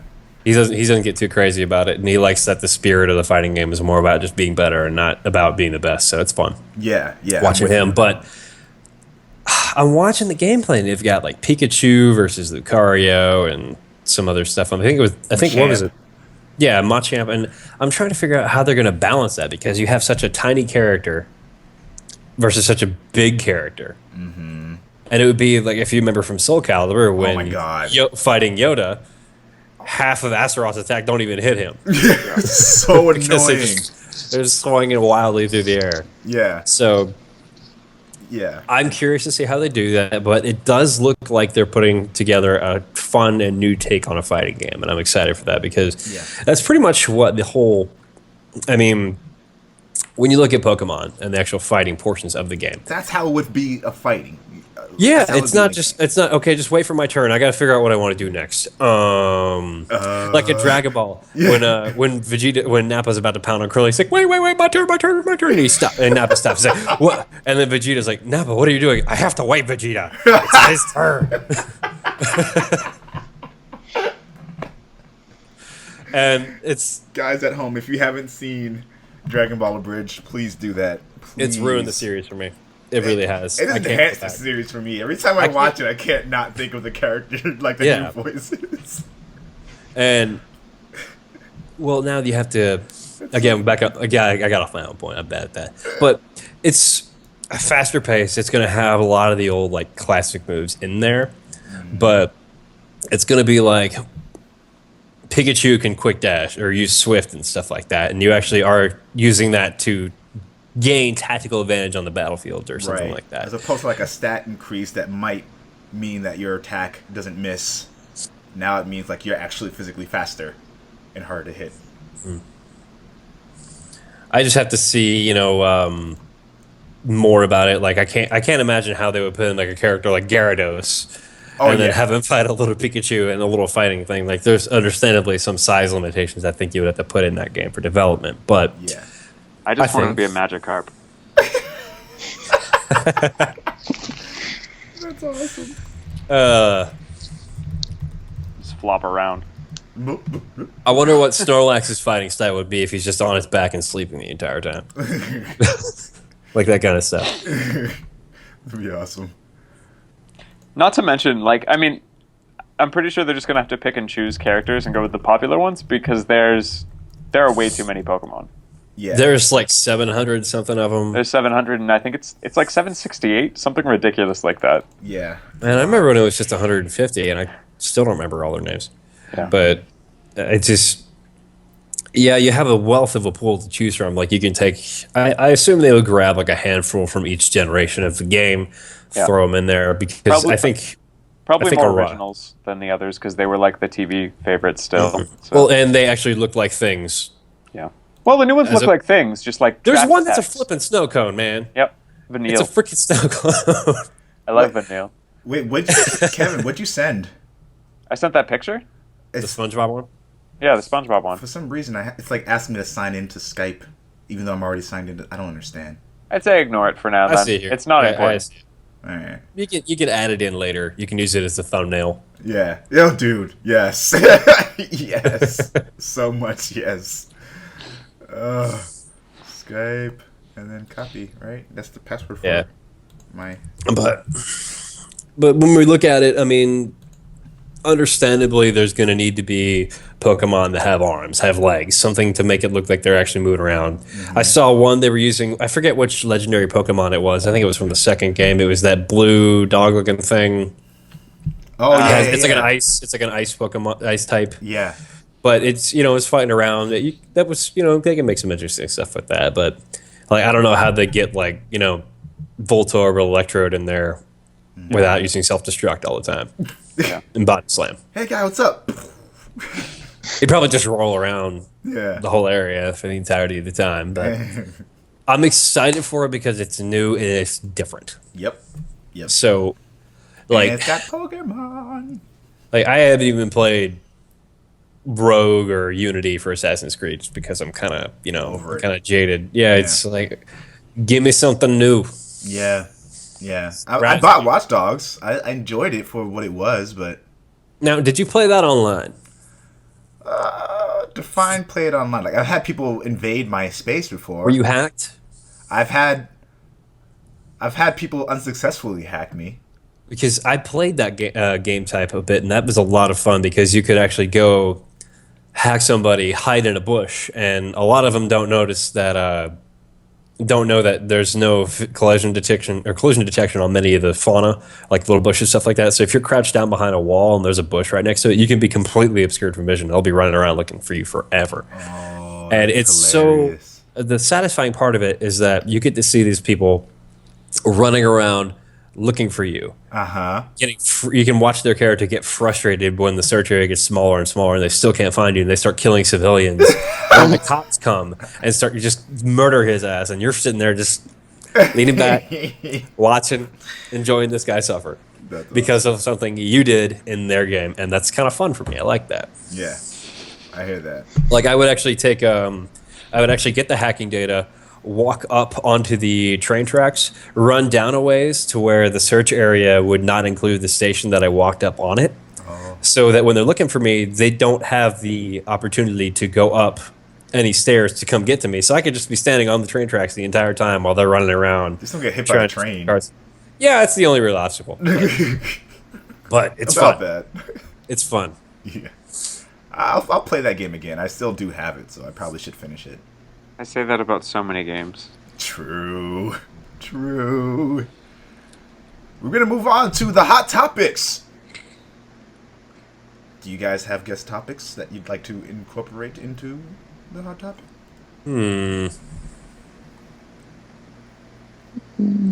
Not today. No. So, Soil's a little hungover. Just a little. I'd say I'm just excited that I'm going to be starting up this new Twitch and YouTube stuff. And I think, Will, you said you were going to be kind enough to let me do a couple on your channel and then host for me for a couple first ones. So I think that's going to be fun. And if any one of you guys wants to do the same, just let me know. I don't have a huge following that some of the other Twitch streamers out there do, but I have a few. As I understand it, when I think you were explaining this to me, if somebody followed it while I was doing that video, they would follow my channel and yours. I think it's just your channel, but they would know about your channel because of mine. So it's like, okay. So yeah, I think that'll be fun. I'm going to stress that while I'm playing Dying Light, and if you guys do want to watch and do want to comment, if you ask me to do something or try to do something in the game through one of the comment boxes, I will try to do it. So I will make this interactive for you guys. I'm not just playing it alone. So if you want me to try to take on a mob of 20 or so zombies by myself with my bare hands, I will try. And probably die. Yes, but it's what you wanted. It's what you asked for. Exactly. So yeah, this is going to be fun when that comes out. I'm excited. Oh, I was so excited when I finally figured out the name and that it wasn't taken.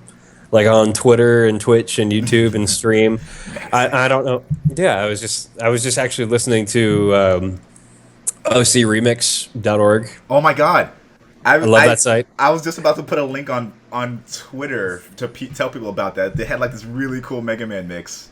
Oh yeah, they pretty much take community submitted music remixes of like old video games and stuff like that, and you get to listen to those, and they're a lot of fun. And I was listening to one that had a Mega Man X track on it, and I looked at it, and well, at my job, I'm actually working for this guy's eBay store. I'm looking through and inventorying a bunch of his old comic books right now, and the title of the comic was Mr. X, and I'm looking there at Mega Man X. I'm like, why don't I just put my name in the middle of that, and that would be fine. Why didn't I think? Because I've been stressing this for like 2 weeks. And it finally just dawned on me. So now it's simple. I don't think I can get in copyright trouble.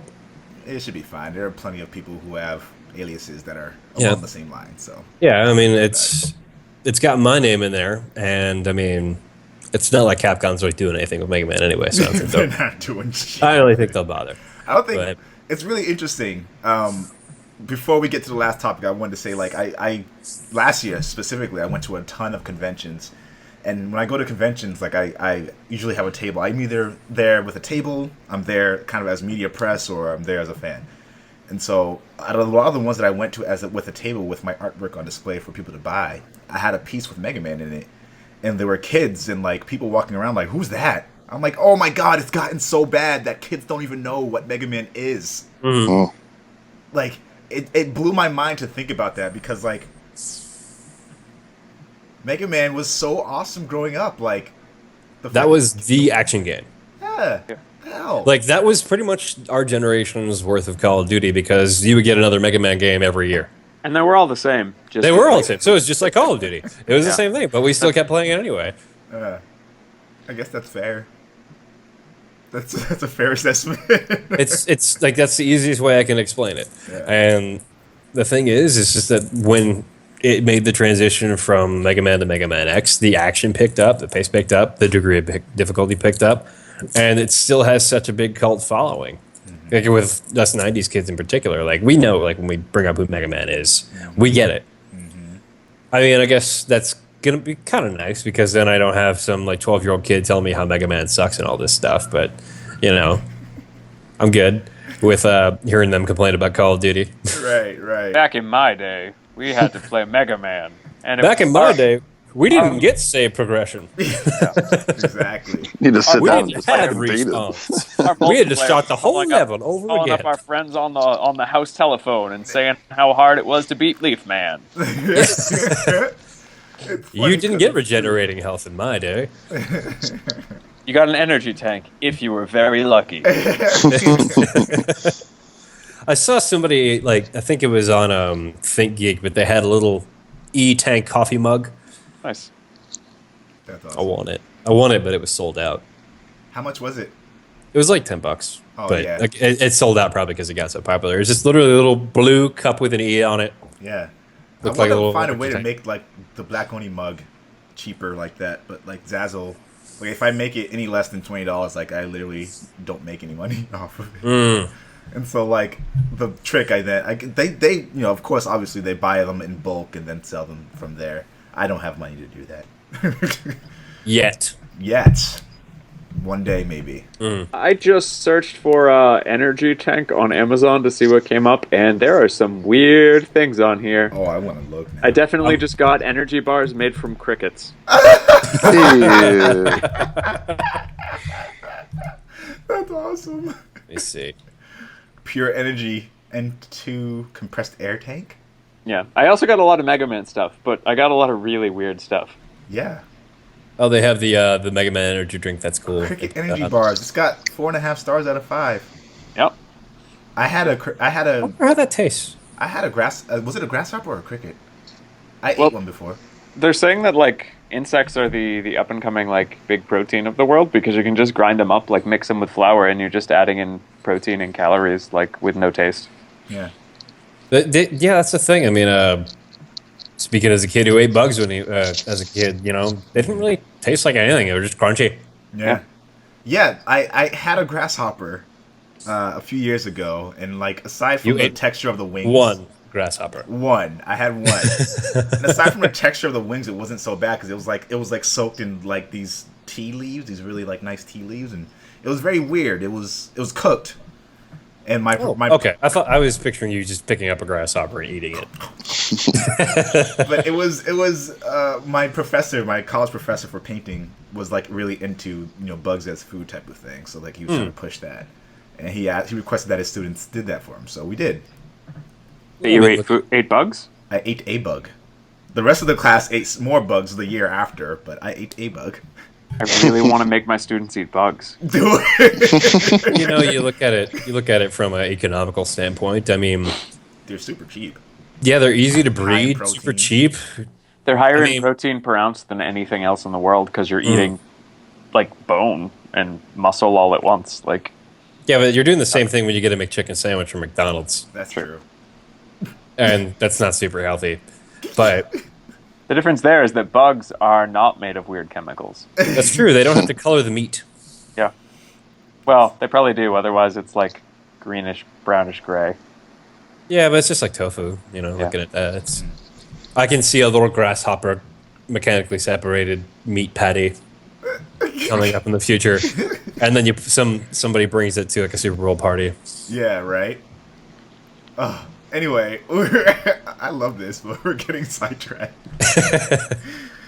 It's a slow news day. It's I just found my new favorite thing on Amazon: bacon What's and that? cheese flavored cricket snacks.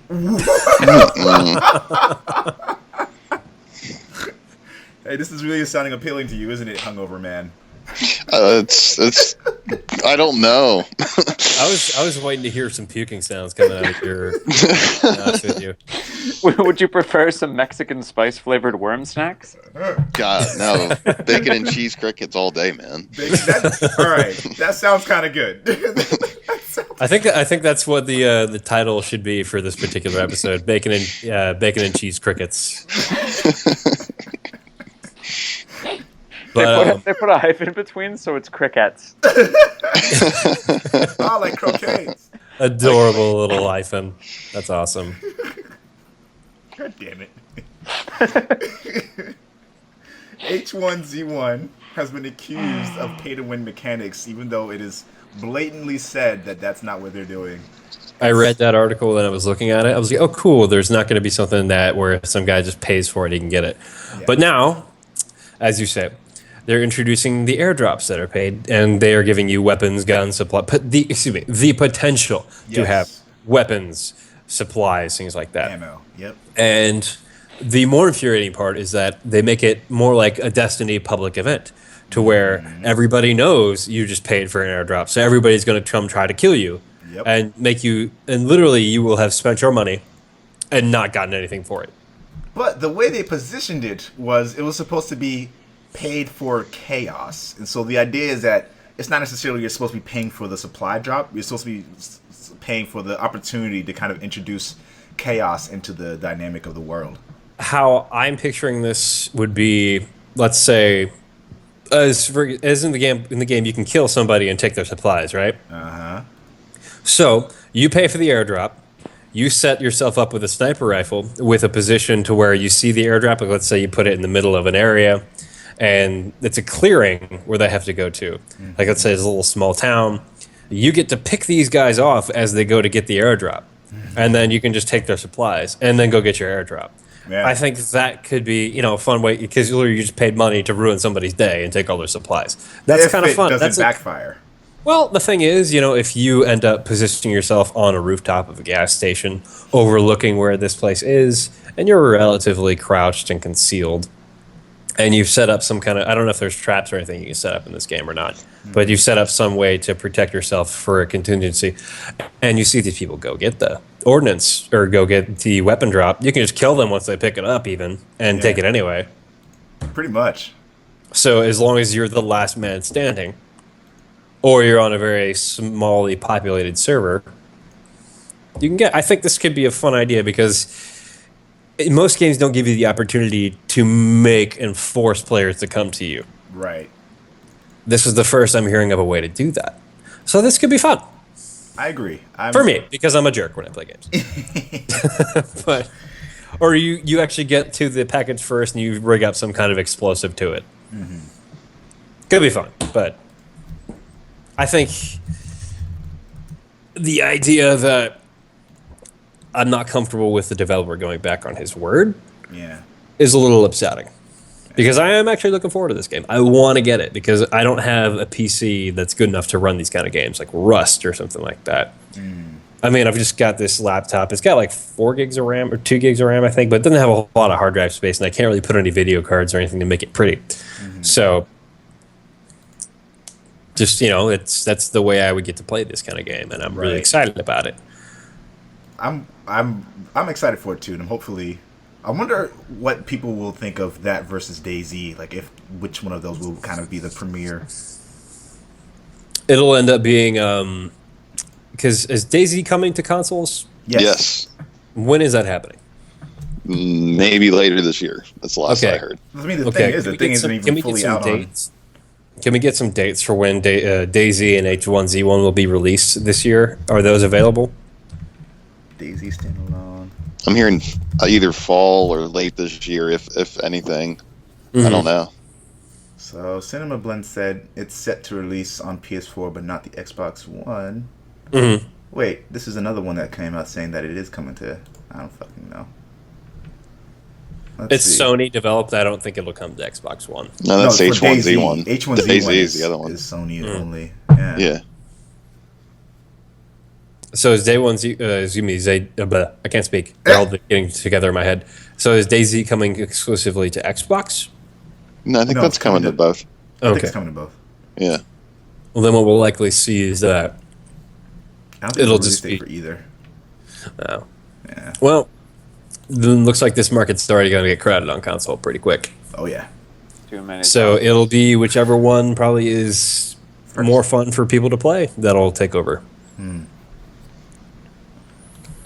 And do you guys think the getting the what's the word, refund is justified in the situation? Do you think it's like, I mean, it's really not a pay to win mechanic, you know? It's still. I think it is justified because the developer himself came out saying there wouldn't be something like this. People put money to pre-order it. They get their hands on it for early access, and then this happens. So it's literally changed the product. And I think that's, legally speaking, constitution for a refund. I think that's part of the problem with the whole pre-order system that we have now anyway. It's like... Games are subject to change so much anyway, you know? Yeah. That's the little subtext they put in there so often that nobody really considers. But this is a pretty big change, though. This is probably the biggest change I've seen in something other than Resident Evil 4. Because when it was getting developed, I think it was going to start off in some kind of mansion in, or some Umbrella Corporation's employees' mansion. And then there was another one. Because I remember just seeing so many different gameplay videos that never made it into the final game. Interesting. That's just coming from a long stretched memory Like Destiny. from far away. Yeah, I think that those guys from Naughty Dog and those guys from Destiny, or guys from Bungie that left, should get together and make a really awesome, cool game. I think that'd be really cool. I agree. Because they're both looking for work. I mean, Marty O'Donnell needs a new place to stay, call home, so why not, right? I'd love to hear some more music from that guy. Yeah, But totally. it just boggles my mind that, you know, how much Destiny changed from what they were trying to do to what they actually ended up making. Because you don't get Paul McCartney to help you out with an ending credits song for a game like this. Yeah. That sucked. A lot of people liked it. I didn't mind it. I was not a fan. I thought it would have been great if it fit the actual tone of the game. Yeah. Yeah. Yeah. But the whole idea of becoming a legend in a world where you don't care about the world isn't, you know, a good sales pitch. Because I really don't care about, like, the tower, the city there. It never looks in peril. It never looks in peril. Yeah. Nope. At all. Yeah. The Traveler just kind of floats up there. Honestly, when I play the game, I forget he's there. Yeah, I forget about the Traveler. And nothing you do ever makes any sort of a difference, like long term. Nothing changes the environment. Yeah. And when they say, "Oh, the Hive are invading the world," blah blah blah, for Dark Below, I'm like, they've already been here, and it really doesn't seem that much worse. Yeah. Nope. Yeah. I haven't seen any deer or anything, but that's about it. Maybe you can blow up the moon. That'd be cool. It looks already kind of screwed up as it is. Well, just blow it up. Just eliminate the problem. Even though then, like, even if you blew up the moon, it wouldn't change anything on the Earth because there's no tides in Destiny. There's no like the Forgotten Shore would probably, the water level would still stay the same because you know they just don't care to change anything to make it feel like your actions have any sort of gravitas on the planet. Speaking of gravitas, I wish there was like a gravity difference on the moon. And yeah, how did that? I don't understand that. Also, their sound. Yeah. Fucking so many things. For guys that are big fans of the series Firefly, and the reason they have Nathan Fillion in pretty much every time they can get him in a game. Where do they get? I mean, I get from a development standpoint that they want to have sound effects on the moon just because for posterity's sake. It's just your spacesuit. It simulates the sounds for you because it knows that you need them. Well, like And that's it regulates the the only gravity theory. for you as well. Yeah. I mean, there's no reason to believe the sound wouldn't travel through, the ground that's beneath your feet. Because if you notice when you're on the moon, it does make a very distinctive footstep sound. I like that. That's cool. But you're in space pretty much, and there's plenty of sound, and I don't know. It Maybe just in seems the like future, gravity's a thing. Maybe they found ways to artificially create gravity through devices. I like the idea where my warlock makes his own gravity because he can bend space and time. And for our final question of the podcast, games are expensive to develop and expensive to consume. We talked about this a little in the podcast already. If you could choose only 3 games this year, what would they be? I'm going to go first since I know exactly what they would be. The Witcher, Metal Gear, And okay, I knew what 2 of them were going to be automatically. The Division. I think it's going to be The Division. Mm. Yeah, those are my 3 absolute must-buys. Assuming they all come out this year. Assuming they all come out this year. Gosh, you guys go. I'll think about that. Is GameFly an option? No. It's not a game, damn it.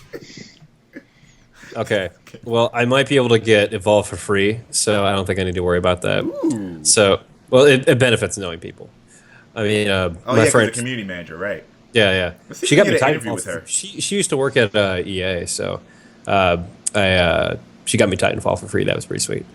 But I got to meet Josh Olin, who was the community manager before her, who got fired for some bullshit. Yeah. Well, good. Now my friend has a job, so I'm cool with that.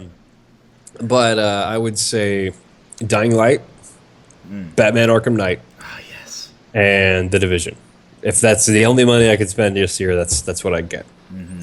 Because I'm sure I could find some way to finagle free titles or get something, trade-ins, Yeah.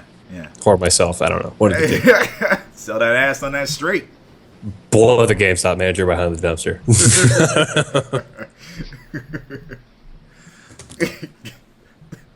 All I could think of was the Capcom, the Street Fighter collab thing. I don't know if you saw that. I didn't see that. It was like, oh my god, it was like an animated short of like a compilation of different artists and people putting together like this. Oh my, it's so fucking funny. It's like they were at a bar and Guile was sitting next to Alex from Street Fighter Third Strike, and they were sitting there. He's like, "Hey, what's up, Alex?" And he was like, "Hey, Guile." And he's like, what a long face. And he was just like going through all the depressing stories of what happened to people after Street Fighter. And he was like, yeah, this girl's like outside blowing guys for, chump change. And I was just thinking of this scene. I can't believe Chun-Li went so low. And like Akuma comes out of nowhere. And he's like, Alex and Guy were talking. And he was like, whatever you do, don't make any contact with Akuma. His pickup lines are the worst. The worst. And then he comes out of nowhere. Hey guys, how's it going? And he's like, hi, Guile. And then he was like, you guys want to fight to the death?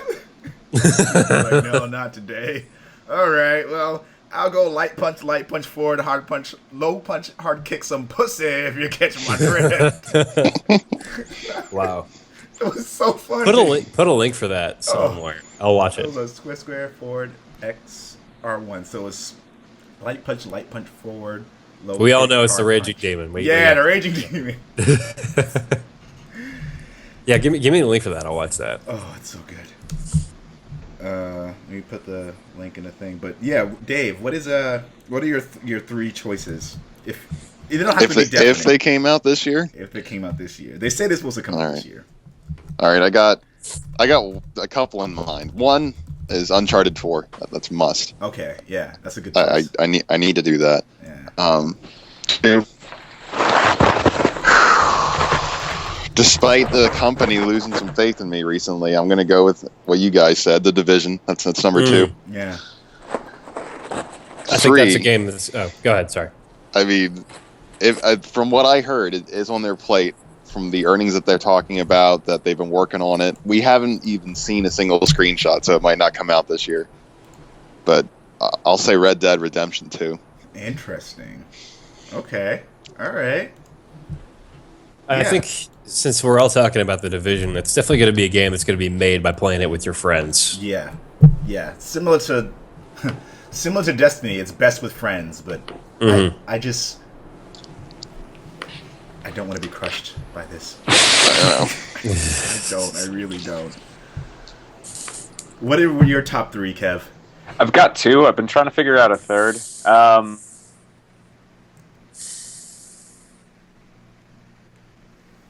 Let's go with your 2 then.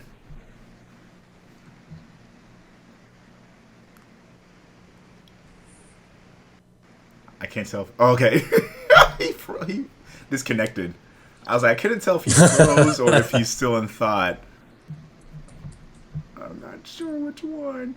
Yeah, okay, so I think that's a really good choice, though. I mean, I have no idea what's going on. I just keep vanishing and coming back. yeah, I thought you were like in super deep thought. That's why I was like, let me not say anything to distract you. Nope. I just keep vanishing and coming right back. I don't know what's going on. I'm gonna go Zelda, No Man's Sky, and Persona 5. Ah, Nice. very, very different options, but I think those are also valid options. Zelda has the potential to be very, very, very cool. Yeah. There are also 3 games that are going to take like at least 100 hours of my time each, so I could actually play them for the rest of the year. Like play through each twice, and the year would probably just be over. Unless they all came out at the same time. They're all coming out in November, though, so that's Damn it. except for No Man's Sky, which I think is due during the summer, but I could be wrong on that. Yeah. I'm Oh, probably cool! wrong. I'll be able to play that with Batman because that's coming out in June, Nice. Batman. just in time for my birthday. Yeah. Actually, maybe my girlfriend will give me that for my birthday, and then I can spend that third on another game. Maybe. Delicious. She did buy me Far Cry 4. That's been a lot of fun. Yeah, I need to get that. Yeah, I need somebody to join me so we can C4 blow up elephants, man. Dude, I want to launch some elephants, man. I can join you because you gave me a key. You gave I me did. a key, so I can I did join you. give you a key. I could have a live stream bunch that today left, because I I'm think. supposed to stream today. Well, hey, you got I'm actually not going to be free today. I'm supposed to be going and spending the day with the lady. I'm going to take her out, do something nice for her, I think, and or at least give her a good lengthy background. Yes, another time for Yeah. sure. And I think Dave has it too, be- right? Dave, you have Far Cry 3? 4? I have it. I just haven't played it in a long time. It's actually just sat on the shelf because I played Grand Theft Auto 5 a shit ton, and then moved on to like another game or two after that. Do you guys have anything else you'd like to bring into the podcast before we put it to a close? Be excellent to each other. Be so good. Don't be mean. Be pleasant. Smile. You can Don't only be a be mean dick. when you're playing games. You can be mean, just don't be a dick about it. Thank you guys for coming on to this exciting episode of the podcast. This was a lot of fun. Hope you guys enjoyed. For the guys at home who are listening on iTunes and YouTube, if the audio didn't come through as clean as it could have on my end, I apologize because I apparently didn't have the settings set to have the audio come through the Yeti. It was coming through my microphone on here. Will's engineers are working hard. So but bear with us. There's lots of exciting things coming to the channel. Everyone here has really cool things going on in their respective pieces as well, and I think we're getting to a point where the fan base is continuing to grow. We're getting a lot of support from you guys at home. If you want to send us friend requests, please let us know in the friend requests that you were listening to the podcast or saw us in a video or something, because again, I get requests from random people sometimes and I don't know who they are. So context is good. And as always, I'll catch you all on the next episode. Game on. That was perfect, like synchronized. That was movement. really weird. Yeah, that was cool. I wasn't even looking at that. I have you in the small window. Yeah, that was Just did it. excellent. If you guys are listening on iTunes, you need to just watch this episode just to see that one moment. Oh yeah. Just skip to the end. Don't even worry about the content. Game on, and J Blaze out.